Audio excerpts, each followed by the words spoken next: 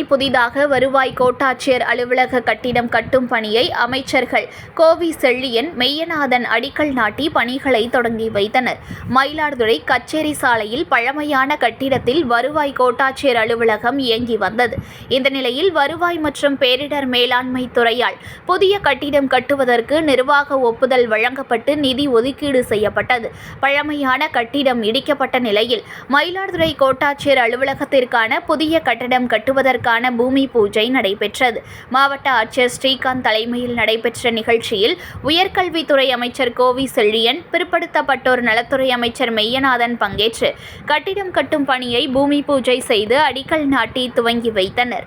தரைத்தளம் முதல் தளம் 8407.87 சதுர அடி பரப்பளவில் அனைத்து வசதிகளும் அடங்கிய கட்டடம் 3.90 கோடி மதிப்பீட்டில் கட்டப்பட உள்ளதாக தெரிவிக்கப்பட்டுள்ளது. இந்நிகழ்ச்சியில் எம்எல்ஏக்கள் ராஜகுமார், நிவேதா முருகன், பன்னீர்செல்வம், கோட்டாட்சியர் பொறுப்பு அர்ச்சனா, நகர்மன்ற தலைவர் செல்வராஜ், துணைத் தலைவர் சிவக்குமார் உள்ளிட்ட பலர் கலந்து கொண்டனர்.